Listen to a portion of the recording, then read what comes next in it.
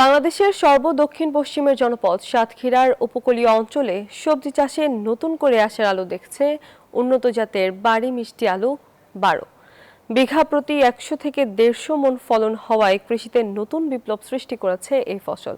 স্বল্প খরচে অধিক লাভ হওয়ায় দিন দিন মিষ্টি আলুর চাষে ঝুঁকছেন কৃষকরা। কৃষি বিভাগ বলছে, নতুন জাতের এই মিষ্টি আলু মানবদেহে খনিজ ও পুষ্টির চাহিদা মেটাবে।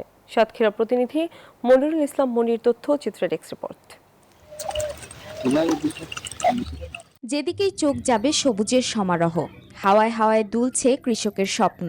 সাতক্ষীরার বেতনা নদীর উপকূলে লবণাক্ত মাটিকে জয় করেছে এই অঞ্চলের কৃষকরা।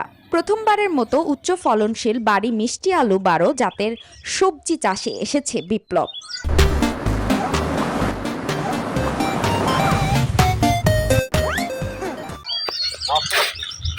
টকটকে লাল রঙের এই আলু চাষ করে বাম্পার ফলন পেয়েছে কৃষক। স্বল্প খরচে বিঘা প্রতি প্রায় 1.5 মণ ফলন হওয়ায় তাই খুশি চাষিরা। ভিটামিন সুস্বাদু, ভালো ফলন আছে, চাহিদা ভালো।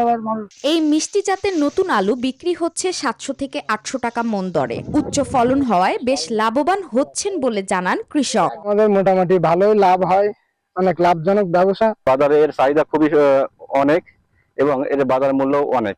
উন্নত জাতের এই মিষ্টি আলু মানবদেহে খনিজ ও পুষ্টির চাহিদা পূরণে কাজ করবে বলে জানান এই কৃষি কর্মকর্তা। খুব অল্প সময়ে কৃষকরা অতি লাভবান থাকে। মিষ্টি আলু অত্যন্ত স্বাস্থ্যবান, এখানে vitamin A, C, calcium, potassium, ফাইবারের মতো এবং অন্যান্য খনিজ উপাদান উপস্থিত আছে। আমাদের যদি আমরা এটা খাদ্যাভ্যাস করতে পারি তাহলে আমাদের একদিকে পুষ্টির চাহিদাও পূরণ হবে এবং আমাদের অন্যান্য খাবারের যে আমাদের প্রধান খাদ্য ভাতের উপরেও আমাদের কিছুটা চাপ কমবে।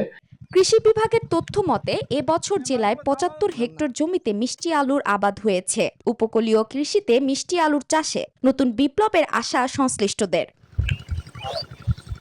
Desk report, news 24।